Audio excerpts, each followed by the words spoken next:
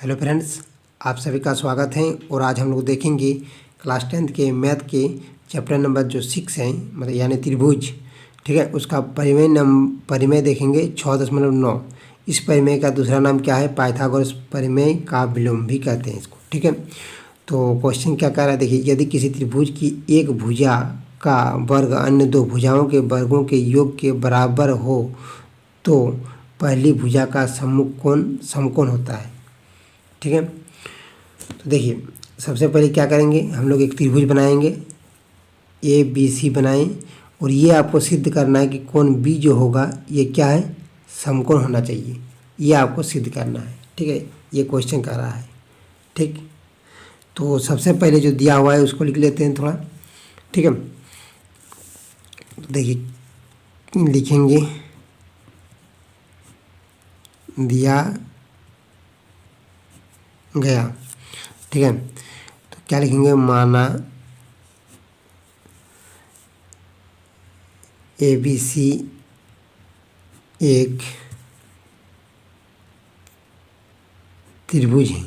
ठीक है, यहाँ पर समकोण त्रिभुज नहीं लिखेंगे क्योंकि अभी तो हमको सिद्ध करना है कि समकोण त्रिभुज है कि नहीं। ठीक है, तो बी, अगर कोण बी समकोण हो जाएगा तब ना हम बोलेंगे कि ये समकोण त्रिभुज है। ठीक है, तो सिद्ध क्या करना है हमको। और देखिए, और आगे क्या दिया हुआ है कि माना ए बी सी एक त्रिभुज है। ठीक है, जिसमें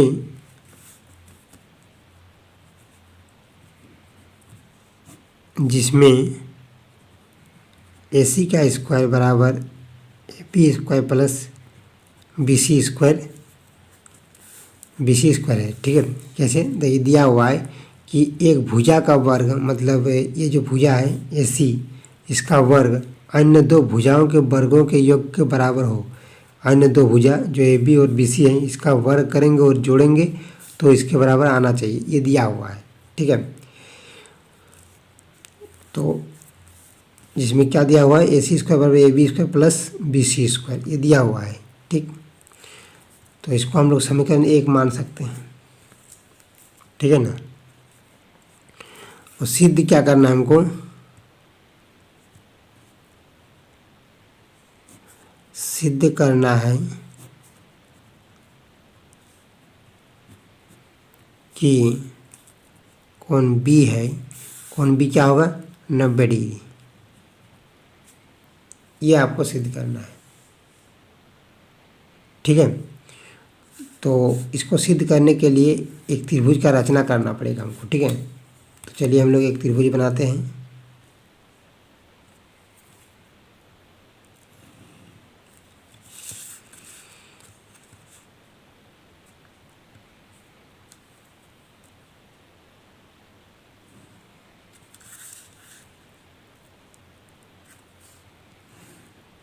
ये आपका त्रिभुज बन गया, इसका नाम देते हैं पी क्यू आर। ठीक है, और ये जो दिया हुआ है इसका कोण 90 डिग्री दिया हुआ है, मान लेते हैं हम लोग। ठीक है, ये 90 दिया हुआ है और ये आपको प्रूव करना है, ये दिया नहीं हुआ है, इसको प्रूव करना है। ठीक है, ये 90 है। ठीक, तो अब क्या करेंगे, देखिए एक रचना, इसको रचना की हम लोग कि एक त्रिभुज पी क्यू आर लिए, लेकिन इसमें जो इसका जो भुजा होगा पी क्यू और ए बी बराबर होना चाहिए और क्यू आर और बी सी बराबर होगा यहाँ पर। ठीक है, इसी प्रकार से हम लोग रचना किए हैं यहाँ पर। तो रचना में लिखेंगे,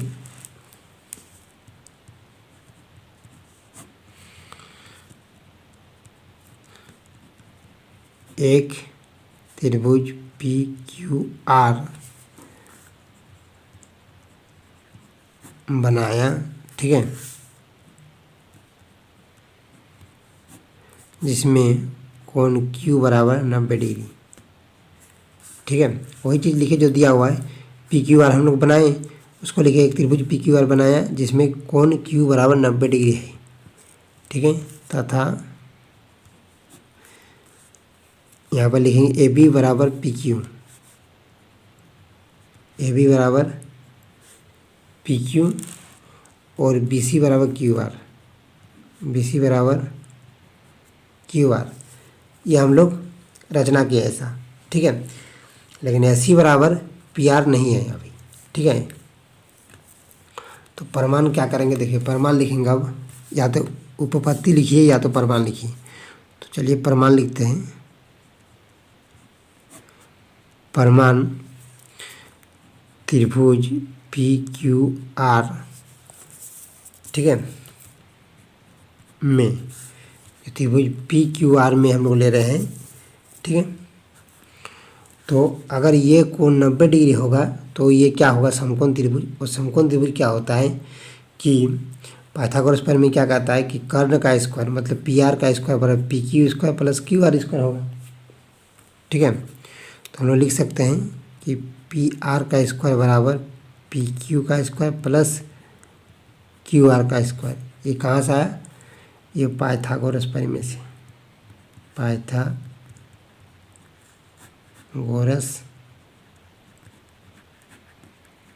प्रमेय से, यानी 6.8 का प्रमेय जो हम लोग प्रूव किए उससे लिखे हम लोग, ठीक है, हो गया। अब देखिए अब क्या करना है, इसको हम लोग लिख सकते हैं क्या, यहाँ पर ध्यान दीजिएगा, पी क्यू बराबर ए बी है। पी क्यू बराबर क्या माने हैं यहाँ पर, पी क्यू बराबर ए बी, या तो ए बी बराबर पी क्यू। तो पी क्यू के जगह में हम लोग लिख सकते हैं ए बी, ठीक है। तो ए बी का स्क्वायर हो जाएगा, और क्यू आर के जगह में क्या लिख सकते हैं, बी सी। तो बी सी का स्क्वायर हो जाएगा। कहाँ से लिखे हम लोग, यहाँ पर क्या लिखना है, रचना से, क्योंकि यह रचना से मेरा ये चीज़ आया इसलिए लिखेंगे रचना से, ठीक है। तो फाइनली पी आर स्क्वायर बराबर ये आ रहा है, ठीक है ना। अब देखिए ये जो आया, और ऊपर में आप देख सकते हैं समीकरण 1 ए सी स्क्वायर बराबर A B square plus B C square. तो इसको हम लोग समीकरण 2 मान लीजिए, ठीक है। तो देखिए समीकरण 1 में इसका जो मतलब दायां तरफ और समीकरण 2 का दायां तरफ दोनों क्या है, बराबर है। तो हम लोग लिख सकते हैं जब ये दोनों बराबर हो जाएगा तब हम लोग क्या लिख सकते हैं कि ए सी स्क्वायर बराबर पी आर स्क्वायर लिख सकते हैं, ठीक है ना। लिख सकते हैं ए सी स्क्वायर बराबर पी आर स्क्वायर। तो अब लिखेंगे समीकरण 1 और समीकरण 2 से, समीकरण 1 और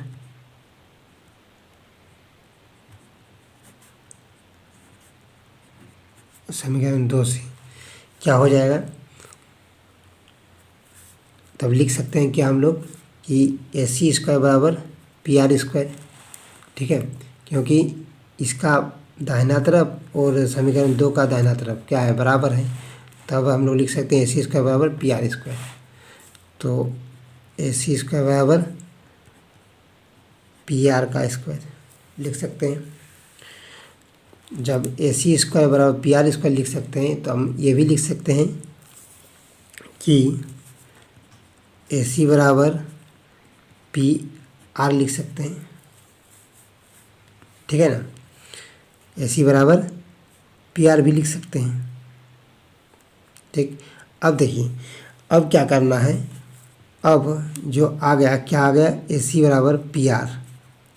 इसका मतलब क्या हुआ, देखिए अब दोनों जब ए सी बराबर पी आर बराबर हो गया तब हम लोग देख सकते हैं यहाँ पर क्या लिखे थे हम लोग कि ए बी बराबर पी क्यू, बी सी बराबर क्यू आर, मतलब ए बी बराबर पी क्यू और बी सी बराबर क्यू आर। अब देखिए अब ए सी बराबर पी आर भी लिख सकते हैं, मतलब तीनों भुजा क्या हो गया, बराबर हो गया दोनों त्रिभुज का, ठीक है। जो रचना किए और जो रचना नहीं किए थे उसका भी, ठीक है। तो अब क्या लिखेंगे, लिखेंगे अब त्रिभुज ए बी सी तथा त्रिभुज पी क्यू आर में, ठीक है। तो लिख सकते हैं अब ए बी बराबर पी क्यू और बी सी बराबर क्यू आर। और अब क्या लिख सकते हैं हम लोग, AC बराबर PR, ठीक है, लिख सकते हैं। तब क्या हो गया, तीनों जो भुजा है, संगत भुजा है, क्या हो गया, बराबर हो गया। तो ये त्रिभुज, जो दोनों त्रिभुज क्या हो गया, सर्वांगसम हो गया, ठीक है। तो हम लोग लिख सकते हैं एस एस एस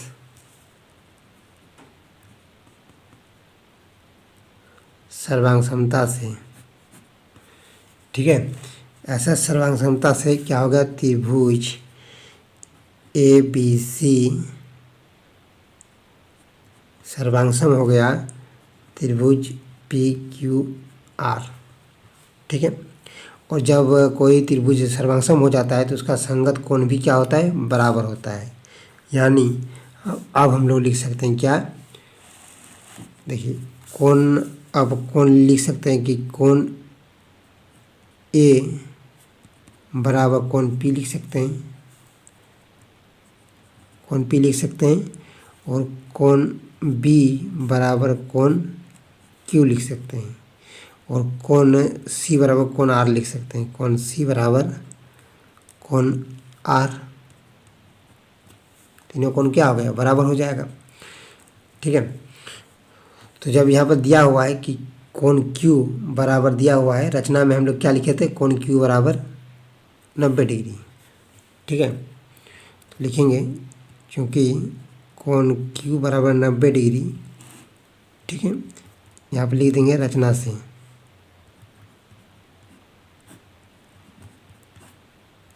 रचना से, ठीक है।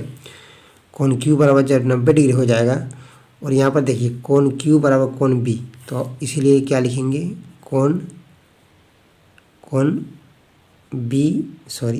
B बराबर 90 डिग्री हो जाएगा, क्योंकि यहाँ पर कोण, यहाँ पर लिख देंगे, लिखना है तो लिखिए कि कोण B बराबर कोण Q,